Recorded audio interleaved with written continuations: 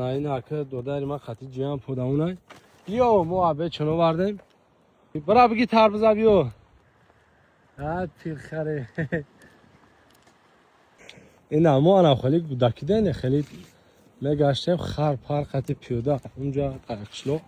و میوردن من چی عبه نون میوردن سنگو میخمونه خوب روزوی بده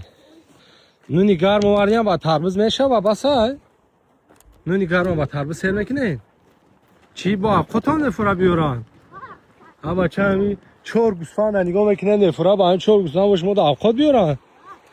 ان همی مزه افخاد رکیو زنمی جمع خری در اگون رستوران همی میشه ولی که جده خودمونی کداگی گشنه هم خیلی مگذره نمی طبق شروع طبقی اگر همی طبق دارم عدیل هم باید طبق دارم خیلی جای بیدون کویسی نگاه که برا نگاه اینترنت همه پر باید سلات پلات وردیم پیستا میستا ها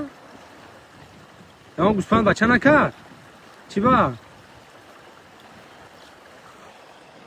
چه زورایان روی بچه های قشلاق لذتی هودی جرمه فهمه که اینجا چه لذاب دروزی برای مخیری با پدرم نگیر دهمی گرمی میگیره بولوی که بسم الله الرحمن الرحیم تربوز هم چقدر تربوزی خشوه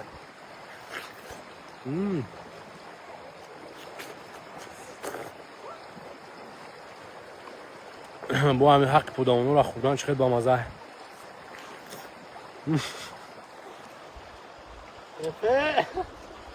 حق پودامونو را خوردن چقدر با مزه